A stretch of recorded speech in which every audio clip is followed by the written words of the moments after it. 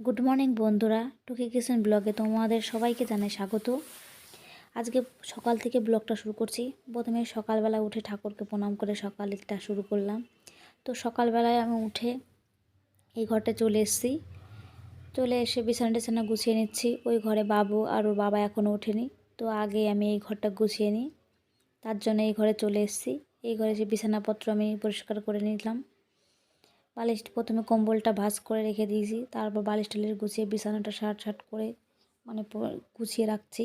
এদিকে বাবু রাতে খেলেছিল এই যে পাইপ খেলনা দিয়ে, এই খেলনাগুলো সারা বিছানায় ছিটিয়ে রেখেছিল, তো সেইগুলো আবার গুছিয়ে রাখছি। ড্রয়িংয়ের খাতাটাও ছিল, মন চাই এটা আঁকে ওটা আঁকে, বাচ্চাদের মন অনেক কিছুই করে। তো সেইগুলো গুছিয়ে নিয়ে আমি পরিষ্কার করে নিয়েছি। এদিকে জামা কাপড় ব্যাগপত্রও ছিল, সেগুলো সরিয়ে টরিয়ে পরিষ্কার করে নিয়েছি। তো সোফাটাও এলোমেলো হয়ে গেছে, তার জন্য ওটাও পরিষ্কার করে নিচ্ছি। তো ভালো করে পেতে টেতে ওইটা পরিষ্কার করে নেব। তার ভেতরে ওটা পরিষ্কার হয়ে গেছে, এবার ভালো করে ঝেড়ে টেড়ে নিচ্ছি। তার মধ্যেই জানলাগুলো খুলে দিলাম, দেখলাম বাড়িতে অতিরিক্ত কুয়াশা পড়েছে ভীষণ পরিমাণে, কিছু দেখাই যাচ্ছে না। তবু ভেজা জামা কাপড়গুলো আমি বাইরে নেড়ে দিয়ে এসেছিলাম, কিন্তু এত পরিমাণে কুয়াশা, বাইরে প্রচণ্ড পরিমাণে কুয়াশা ছিল। আর তারপর ঘরটা আমি ভালো করে ক্লিন করে নিচ্ছি, ঝাড়টা দিয়ে চারিদিকটা পরিষ্কার করে নিচ্ছি। একটু ধুলোবালি ঝুলটুল যা ছিল সেইটুকুনি পরিষ্কার করছি। পরিষ্কার করে এত পরিমাণে কুয়াশা, আবার জানলাটা আটকেই রাখছি, মানে খুলে রাখিনি, একটু পরিষ্কার করেই আটকে দিয়েছিলাম।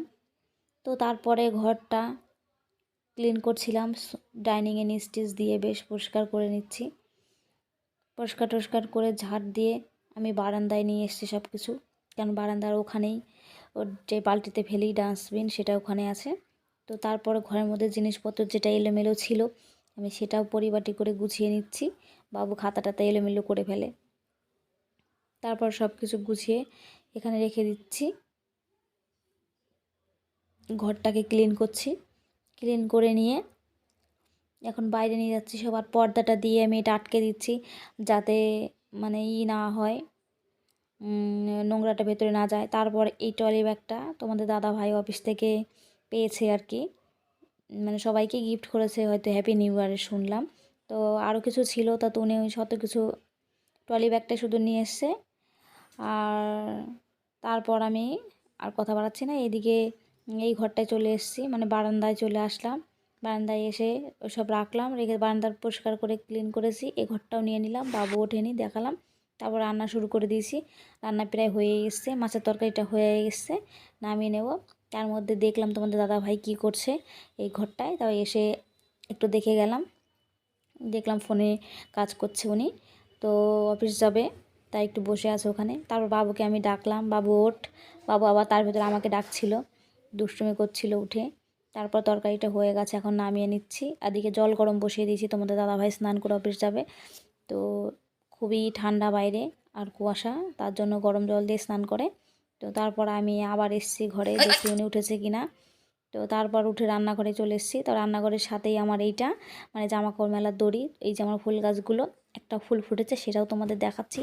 এখানে রোদ লাগে না, তো তাই অতটা ফুল ফোটে না, মানে রোদটা পাই না। তারপরে এই যে একটা কাকু এখানে বিক্রি করছিল, আমি সেটাও আবার দেখাচ্ছিলাম জানলা দিয়ে। তো তোমার দাদাভাইকে খেতে দিচ্ছি, মানে খেতে দিয়ে দিয়েছি, ও খাচ্ছে আর আমি সোফায় বসে আছি। তো বাবু আবার তার ভেতরে বলছে মা ম্যাগি করো, ঠিক আছে। তারপরে বসিয়ে দিয়েছি, ওই করলো, মানে দাঁড়িয়ে ছিল, মাঝে মধ্যে একটু নাড়ছে চামচ দিয়ে। তারপর যাক ওকে ম্যাগি করে স্নান টান করতে আমি চলে গেছি, ওটা নামিয়ে দিয়ে ওকে। তো আমি স্নান টান করে এসে এবার পুজো দিয়ে নিচ্ছি। এবার তাড়াতাড়ি করে এদিকে পুজো দিয়ে তারপর বাবুকে স্নান করাবো, তার জন্য আগেই ঠাকুরকে পুজো দিয়ে খেতে টেতে দিচ্ছি, ঠাকুর প্রণামটা করে নিচ্ছি পুজো দিয়ে। সারাদিনে তো একটা কাজ থাকেই, ঠাকুর পুজো দিতেই হবে, সব কাজের মধ্যেও এই সময়টা বের করতেই হয়। সব কাজের মধ্যে এই সময়টা আমি বের করি, আগে ঠাকুর পুজোটা দেওয়াটা, যত কাজে থাক এইটা তার ভেতরে আমার রাখতেই হবে, তো আমার খুব ভালো লাগে। তো ঠাকুরকে পুজো টুজো দিয়ে দিলাম, প্রণাম টনাম করে নিয়েছি। ঠাকুর প্রণাম করে এবার ঠাকুর ঘরটা একটু, ওই ঘরটা আটকে দিয়ে আমি এই ঘরে চলে এসেছি।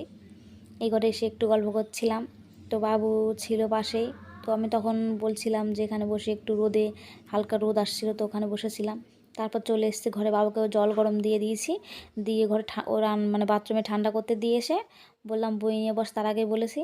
তো বাবাকে বলছি মানে পড়তে, তা ও পড়ছিল, তার মধ্যে একটু লিখছিল, লিখতে বললাম তাহলে একটুখানি লিখেই চলে যাও স্নান করে, তারপরে এসে বাদ বাকিটা পড়ো। বলে আচ্ছা মা ঠিক আছে। তারপর বসে গল্প করছিলাম। তা বলছিলাম আমার চ্যানেলটা যদি ভালো লেগে থাকে তো তোমরা সাবস্ক্রাইব, লাইক, শেয়ার, কমেন্ট করো। আর এদিকে বাবু স্নান করে চলে এসছে, তার ভেতরে আমি ওকে জামা কাপড় পরিয়ে দিচ্ছি, ও লাফাচ্ছে এসে, বাচ্চাদের যেটা কাজ। স্নান করে এসে জামা কাপড় ওকে পরিয়ে দিচ্ছিলাম। তো পরলাম, দুষ্টুমি করছিল ও, তার ভেতরে বলছে মা দেও না আমি কিছু বলবো। তার মধ্যে ও যা ক্যামেরা নিয়ে ও দুষ্টুমি করছিল, তারপর বলছে পড়তে পড়তে বাদ দিয়েই সে খেলা শুরু করে দিয়েছে একটুখানি পড়েই।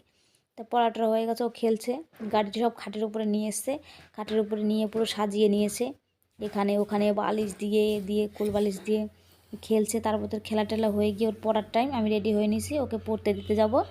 তো আমি ড্রেস ট্রেস পরে নিয়েছি, এবার রেডি হয়ে নিলাম। তা রেডি হয়ে ওকে পড়তে দিতে যাচ্ছি, এখন আমি রাস্তা বেরিয়ে পড়েছি, তো যাচ্ছি ওকে নিয়ে। এই যে ব্যাগটা নিয়েছি, বাবু আমার সাথে হাত ধরে ওকে এখন দিয়ে আসবো। তো আমি যাচ্ছি ওকে দিতে আমাদের সাইডের গলি দিয়ে, যেখানে থাকি আর কি। তো এসে গেছি, এসে সন্ধ্যা লেগে গেছিলো, আমি সন্ধ্যা দিয়ে দিলাম।